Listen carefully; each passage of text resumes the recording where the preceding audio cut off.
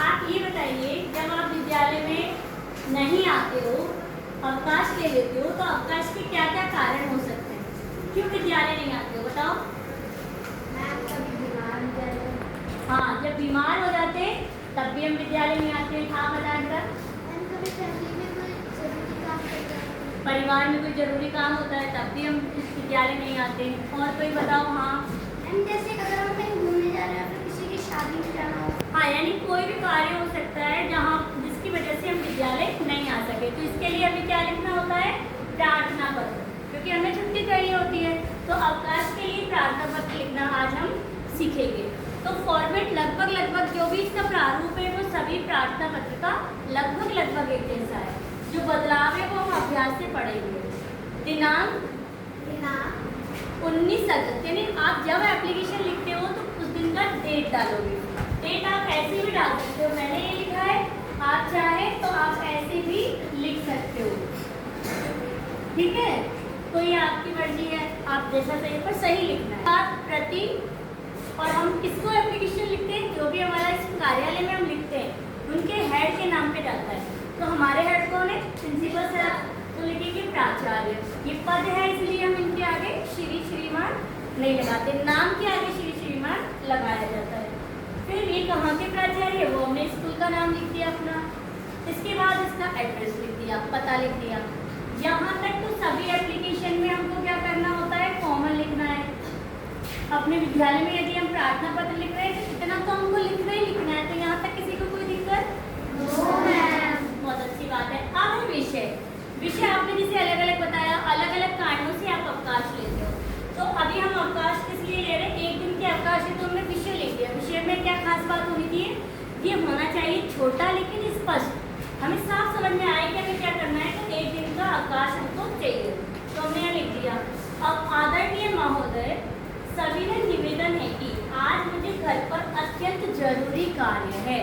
अभी हमने क्या कारण किया? अर्जेंट वर्क कोई आ जाता है घर पे, तो ये यदि मान लो तबीयत खराब है तो आप लिखेंगे कि आज अचानक मेरी तबीयत खराब हो गई। आपने कहा फैमिली फंक्शन में जाना है तो आज हमारे घर में पारिवारिक कार्यक्रम है, ठीक है। जो भी आपका कार्य है जिस कारण से आप विद्यालय नहीं आ रहे वो आप यहाँ पर कारण मेंशन करेंगे। और फिर लिखेंगे मैं इसलिए आज मैं विद्यालय नहीं आ सकूंगा या सकूंगी। लड़की है तो सकूंगी, ये तो जाहिर सी बात है। लड़का है तो सकूंगा। अपने अपने लिंग के अनुसार ये लिखेंगे। फिर कृपया मुझे आज दिनांक 19 अगस्त है, तो एक ही दिन की छुट्टी थी तो एक दिन लिख दिया। पर मान लो 2 दिन की छुट्टी चाहिए थी तो 19 अगस्त से 20 अगस्त 2 दिन की, ठीक है, ऐसा लिख देंगे। तो अवकाश प्रदान करने की कृपा करें। हम बहुत विनम्रता से व्यवहार करते हैं। जब अधिकारी होते हैं तो हमें उनसे अपनी बात शिष्टाचार से रखनी चाहिए, मौखिक रूप में भी। और जब हम प्रार्थना पत्र लिख रहे हैं तो ये भी तो हमारे हेड ऑफ द इंस्टीट्यूट है, तो ये बड़े अधिकारी हैं, तो हम जब लिखेंगे तब भी शिष्टाचार का ध्यान रखेंगे, विनम्रता पूर्वक लिखेंगे, कृपा करें। फिर अगली लाइन आएगी धन्यवाद, यानी हमारा एक पार्ट ये हो गया, ये सब में कॉमन है। विषय हमारे कारण के हिसाब से जो भी, जिसलिए मान लो आपको टीसी के लिए एप्लीकेशन लिखनी है तो टीसी हेतु, ठीक है, विषय बदल गया। यदि आपको फीस माफ करवानी है तो विद्यालय शुल्क माफ करवाने हेतु, आपको लाइब्रेरी से पुस्तकें निकलवानी है या आपको फ्रेंडली क्लास का कोई टूर्नामेंट करवाना है, तो जो भी कारण है वहाँ पर आप ये लिखेंगे। तो ये तो हमने अवकाश के लिए लिखी, तो अवकाश लिख दिया। तो एक पार्ट ये हो गया। फिर ये आना ही आना है, ये हमारा विषय है, कंटेंट, जो बात हमको लिखनी है। इसमें हमने क्या लिखा? कारण लिखा। और हमको क्यों एप्लीकेशन लिखी हमने? छुट्टी के लिए, तो वो लिखा कि हमें छुट्टी चाहिए एक दिन की, कब से कब तक, ये हमने डिटेल लिख दी। अगली लाइन में लिखना है हमको धन्यवाद, ये भी न्यू लाइन में लिखा है, न्यू लाइन में लिखना है।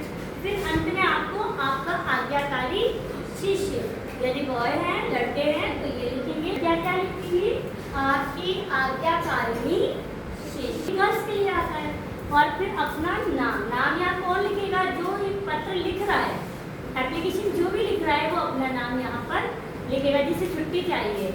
और उसकी क्लास भी उसे बतानी, कक्षा, तो आप छठी कक्षा के विद्यार्थी हो, छठी मैंने लिख दिया है। आप अपना सेक्शन आप अपने हिसाब से लिखेंगे। इसके बाद आपको ऐसा थोड़ी आपने एप्लीकेशन लिखी और मान ली गई, उसको वेरीफाई भी तो करना है।